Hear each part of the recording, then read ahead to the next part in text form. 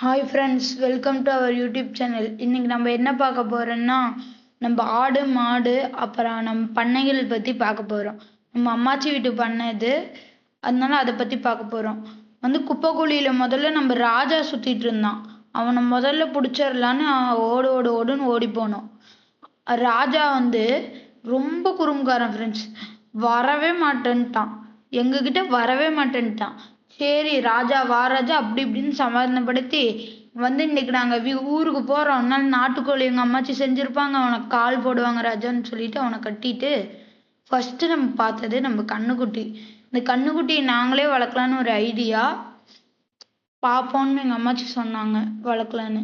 Suppose ஒரு சில சூழ்நிலையினால விற்கவும் சான்சஸ் இருக்குது.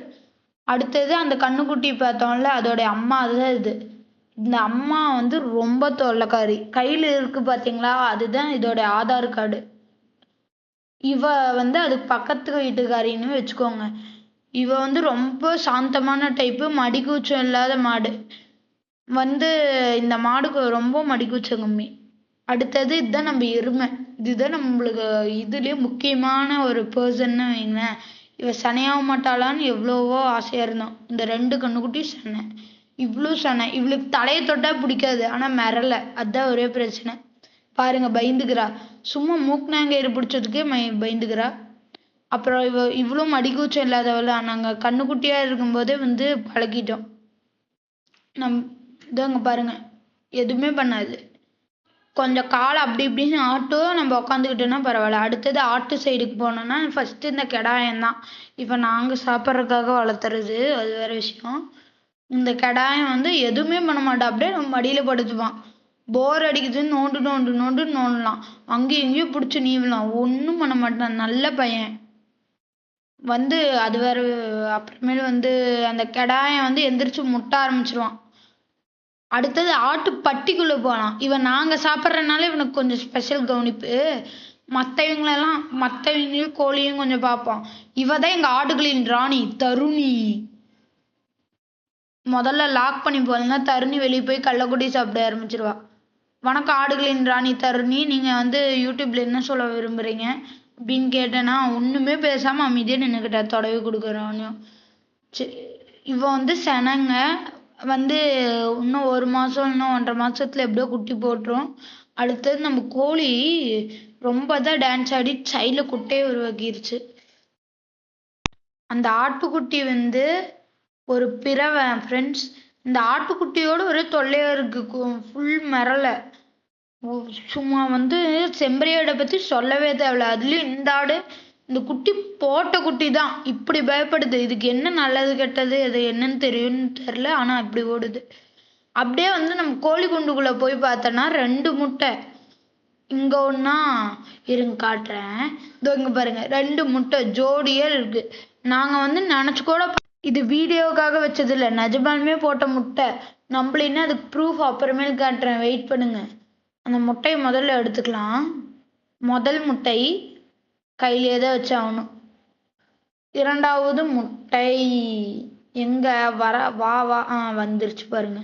2வது முட்டை. இந்த 2 முட்டையும் வச்சுக்கலாம். அடுத்தது இந்த முட்டை விட்ட கோழி என்னன்னா அதை காணாம, ஏதோ அங்கே இருக்கு பாருங்க, அங்கே இருக்கு பாரு, இதோ அங்கே ஓடுறாள். அவள் தான் இந்த முட்டையை விட்டா. இன்னொருத்தி ஆளே காணாம். அவள் போய் அப்படியே பார்த்து ஒளிஞ்சுக்கிட்டா பாருங்களேன். அப்புறம் நம்ம வாழைக்காட்டை பற்றி பார்க்கலாம். ஆட்டை பற்றி முடிஞ்சிருச்சு, வாழைக்காட்டை பற்றி பார்க்கலாம். வாழைக்காட்டில் நிறைய வேலை இருக்குது, அந்த வேலையும் கூடவே பார்த்துடலாம். அதுக்கு முன்னாடி இந்த பாக்கு செடியை பார்ப்போம். இந்த பாக்கு செடி சூப்பரான செடி. அப்புறமேல் போன சீசனுக்கு காய் வச்ச நவப்பழ மரம் போன சீசனுக்கு தான் ஃபஸ்ட்டு காய் வச்சிச்சு. இந்த டைம் பார்ப்போம். நீங்கள் லைக் பண்ணிங்கன்னா உங்களுக்கும் கொடுக்குறோம். அப்படியே பார்த்தோன்னா நாங்கள் ஒரு சில வாழை மரத்தில் வெட்டி போட்டோம். ஏன்னா வேலை முடிஞ்சிருச்சு அந்த வாழை மரத்தோட வேலை. அந்த வாழை மரத்துக்கு இனிமேல் வீட்டில் என்ன வேலை, அந்த பக்கம்னு வெட்டி போட்டோம். இவன் ஃபோட்டோகிராஃபர், கொஞ்சம் ஒழுங்காக ஃபோட்டோ எடுங்க. இங்கே பாருங்க, இந்த மரத்தை நான் தார் வெட்டுறதுக்காக வெட்டி போட்டேன். எதுக்காகனா தார் வெட்டுறதுக்காக. அப்படியே நடந்து போனோன்னா இந்த மரத்தை இன்னைக்கு தான் வெட்டினேன், தார் வெட்டணும்னு. நிறையா மரத்தில் தார் பிடிச்சிருச்சு. தார் பிடிச்சி நம்ம ஆளுங்க வெட்ட வரக்குள்ளே சாஞ்சு போயிருது. அதனால இன்னைக்கு வெட்டியாச்சு. ஒரு வழியா மரத்தை வெட்டிடலாம் அப்படின்னு. நடுவுல வாழைக்கன்று வச்சிருக்கோம். அங்க பாருங்க, நடுவுல வாழைக்கன்று வச்சிருக்கோம். 2 கண்ணுக்கு நடுவுல வாழைக்கன்று, 2 பெரிய பெரிய வாழை மரத்துக்கு நடுவுல வாழைக்கன்று. இது எதனாலனா இப்ப வாழை தார்ல அறுக்கிற ஸ்டேஜுக்கு வந்துருச்சு. அடுத்த வாழை மரம் வரணும்னா இப்படி நெட்டு தான் ஆகணும். இது மாதிரி சாய்ச்சு தண்டை தனியா இதை தனியா போட்டுட்டு நடுவுல அதோட இடக்கண்ணை பிடுங்கி வைக்க வேண்டியதுதான். அதுதான் நம்ம வேலை. இதுதான் இடக்கண்ணு.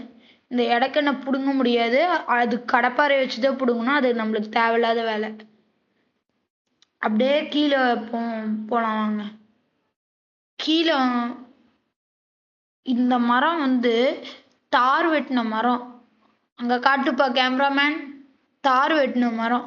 இந்த தார் வெட்டின மரத்துல இருந்து இது மாதிரி பழத்தெல்லாம் சின்ன சின்ன பழம் நல்லா இருந்தா கூட சின்ன சின்ன பழத்தெல்லாம் வெட்டி போட்டுட்டு போயிடுவாங்க. அந்த பழத்தை பழுக்க வச்சு மாட்டுக்கு இல்லைன்னா நாமளே கூட சாப்பிடலாம். அதனால அந்த பழத்தை மட்டும் எடுத்துட்டு போயிடுவோம். அப்படியே கீழ் வெயிலுக்கு போயிடுவோம். கீழ் வெயில் ரொம்ப முக்கியமான வெயில். ஏன்னா கீழ் வெயில்ல தான் அதிகமா விளையும். ஏன்னா கீழ் வெயில்ல எதுவுமே டிஸ்டர்ப் பண்ணாது. அதுதான் இருக்கிறதுலே சென்டரான வெயில். எங்க தாத்தா வாழைப்படம் உடைச்சிட்டு இருக்காரு. என்கிட்ட சொல்லவே இல்லை. தாத்தா நில்லுங்க, வாழைப்படம் உடைக்காதீங்க, வந்துடுறேன். நம்ம தாத்தா வாழைப்படம் உடைச்சிட்டு இருக்காரு. அந்த கூடையை எடுத்துட்டு போக சொல்றாரு பாருங்களேன். நான் வாழை இலை எடுத்துட்டு போலான்னு அம்மாச்சி துரத்து விட்டாங்க. தாத்தா கூடை எதுக்கு எடுத்துட்டு போனோம்? நான் வாழை இலையை எடுத்துட்டு போறேன். தாத்தா கிளம்பிட்டாரு அடுத்த வாழைப்படையை பார்க்க. நான் வாழை இலையை தூக்கிட்டு மேலே போக ஆரம்பிச்சிட்டேன். ஏன்னா அப்படியே நம்ம நடந்து போயாகணும். அப்பதான் நம்ம மாடு நண்பர்களுடைய பசியை தீர்க்க முடியும். நம்ம வாழைக்கண்ணு வேற நடுவில் வச்சிருக்கோம். அதை மிதிக்காம வேற ரொம்ப கஷ்டப்பட்டு நான் போயிட்டு இருக்கேன். கேமராமேனே கன்ஃபியூஸ் ஆயிட்டாருன்னா வைங்களேன். ஏன்னா தலைகீழ எடுத்துட்டு இருக்காரு பாருங்க வீடியோவை. தேங்க்யூ. சப்ஸ்கிரைப்.